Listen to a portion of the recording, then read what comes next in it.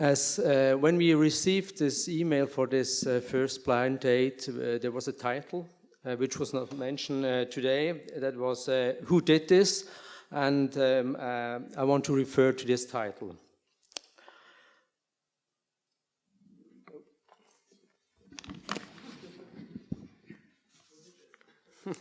Who did this? So, who did this? The answer of this for this title, I would say, the author. But what is an author? With my 3 images and this short text here, I would like to discuss different aspects of the term author and authorship. This first image shows the tram depot in Bern. The authors of this building are architect Christian Penzel and engineer Martin Fallier. My interpretation of this building is the following. Mainly, it's a roof for water protection. The wide rainwater gutters at the sides are repetitive structure between the windows. If it's raining by the amount of water, you can imagine how big the roof must be. So I think the authors did a roof which goes down to the ground. And I guess the authors themselves might see it different. The text I received for the catalogue was, "Structures emerge in the visibility of the form and not in the invisibility of the calculated forces." So the author is different from my interpretation of the author. In the process of interpretation, we first appropriate, aneignen, the author's building, and then by using it this way, we then ascribe, zuschreiben, our interpretation to him. The building and its author are never the same before and after this process. We are changing the perception of the building and thereby we give it a new author. So we have a real author and the author of our interpretation. Which one is the right one? I suggest both of them. We do have 2 authors or a double authorship. A simple question proves this fact. Would it be possible to receive the one true interpretation of the building by its author?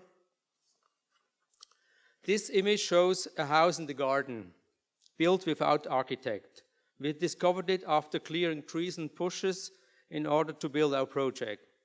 We learned that this construction was erected over the years, stone by stone, just like that, no plans, without any kind of permit illegally. So who is the author of this building? Is this a house in the garden with no author because there was no architect involved? No doubt, we interpret it as a house in the garden. So do we give it an author? Was the author the man building it step by step, or rather the convention, the collective knowledge we need to interpret it as a house? And for the garden, is it topography, the author?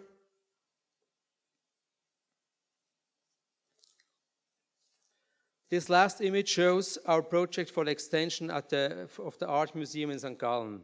It will be built under an existing building of the 19th century. We remember from the first image, interpreting a building generates a second author.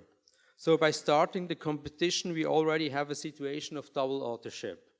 But sometimes, and it is with this museum the case, interpretation is not only using the structure, it actually changes it.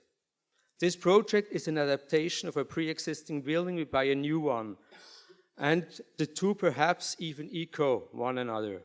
The different parts of the building are saying the same thing twice.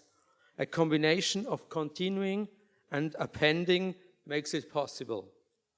We are continuing the architectural logic, the structure and the principle of the building.